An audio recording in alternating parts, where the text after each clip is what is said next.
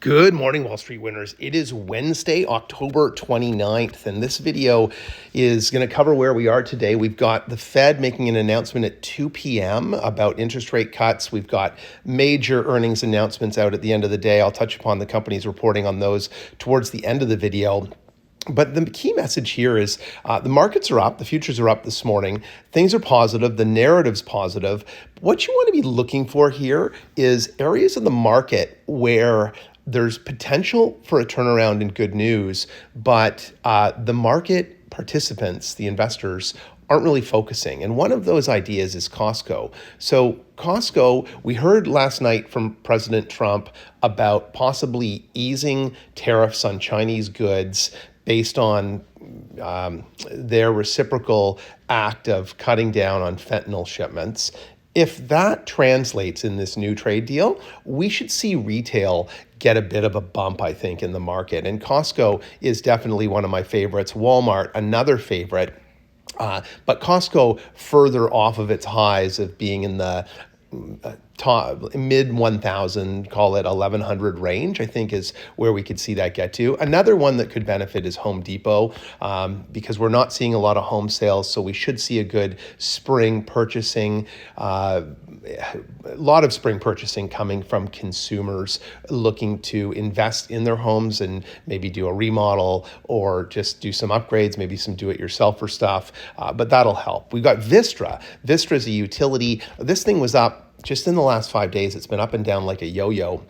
So up into the low 200s, but then down into the 180s. Yesterday, it dipped down to 186. It closed at 190.59. It looks like it's up this morning in the pre-market. So take a look at these stocks at the end of the day, and if they really dip, and this signal, if you look at Vistra, just to the right of it, that chart icon, that indicates that it's moving outside of regular norms. So keep an eye on companies that are moving outside of regular norms.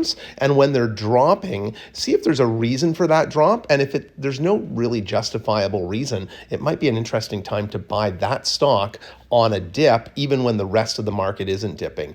NVIDIA is just killing it right now. NVDL up 7. This again on talks out of the Trump administration and Donald Trump himself about the possibility of selling Blackwell chips into China. I mean, that would be huge for NVIDIA and likely take it to a $5 trillion market capitalization or valuation as a company. You've got a lot of others on the move here. We're not going to dive into all of them, but kind of hit on the highlights there of look for the ones that are out of favor in the media and still good companies. I think Google's going to have great results today. I also think Meta is going to come in with some pretty solid results. We'll keep an eye out for those. Microsoft's got results today. Then down in financials, I still loving Goldman right now with the interest rate cut. I think we're going to see this get up to 8:15 within before the U.S. Thanksgiving timeframe. The earnings today, the big ones, Meta, Microsoft, and Google. Tomorrow, we've got Apple, Amazon, and Cloudflare, as well as many others. There's 3 more today, actually, CCA, and then some of the others we don't talk about.